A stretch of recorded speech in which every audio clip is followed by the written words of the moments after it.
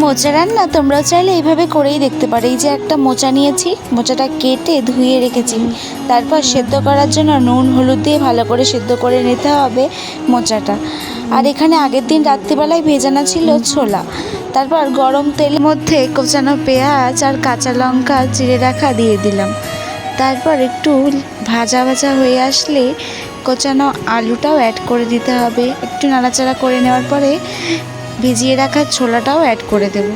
তারপর আরও একটু ভালো করে নাড়াচাড়া করতে থাকতে হবে। তারপর নুন হলুদও অ্যাড করে দিলাম পরিমাণ মতো। বেটে রাখা আদা রসুনের পেস্টটাও দিয়ে দিলাম। তারপর অল্প একটু সামান্য চিনি অ্যাড করে দিয়ে ভালো করে কষাতে থাকলাম। তারপর ভালো করে কষানো হয়ে গেলে তেল ছেড়ে আসলে সেদ্ধ করা মোচাটাও দিয়ে দেবো। ভালো করে নাড়াচাড়া করে অল্প একটু সামান্য জল দিয়ে জলটা টেনে আসলে নামানোর আগে ঘি আর গরম মশলা দিয়ে নাড়াচাড়া করে নিলেই আমাদের রেডি মোচা। তোমরাও চাইলে বাড়িতে একবার এইভাবে ট্রাই করেই দেখতে পারো। Bye bye.